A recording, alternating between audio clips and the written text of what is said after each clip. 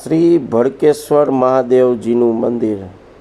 જી હા મિત્રો, આજે હું તમને દ્વારકાના એક એવા પ્રાચીન મંદિરના દર્શન કરાવીશ કે જે દ્વારકાના દરિયા કિનારે આવેલું બહુ પ્રાચીન અને જૂનું મહાદેવજીનું મંદિર છે કે જે ભડકેશ્વર મહાદેવજીના મંદિર તરીકે ઓળખાય છે. તો ચાલો તમે પણ મારા ભેગા મહાદેવજીના દર્શન કરવા. જો દ્વારકાના દરિયા કિનારે આવેલું આ મહાદેવજીનું બહુ જૂનું પ્રાચીન મંદિર છે. આ મહાદેવજીનું મંદિર કે જે શ્રી ભડકેશ્વર મહાદેવજીના મંદિર તરીકે ઓળખાય છે. દ્વારકામાં જે પટેલ સમાજ છે એમની બાજુમાં આવેલો દરિયા કિનારે આવેલું આ મંદિર છે. આ મંદિરે જઈને એવું લાગે કે દરિયાનું પાણી શિવલિંગને નહીં આખા મંદિરને અભિષેક કરતું હોય એવું લાગે છે. અને ફરતી કોર દરિયાનું પાણી અને વચમાં શિવજીનું મંદિર.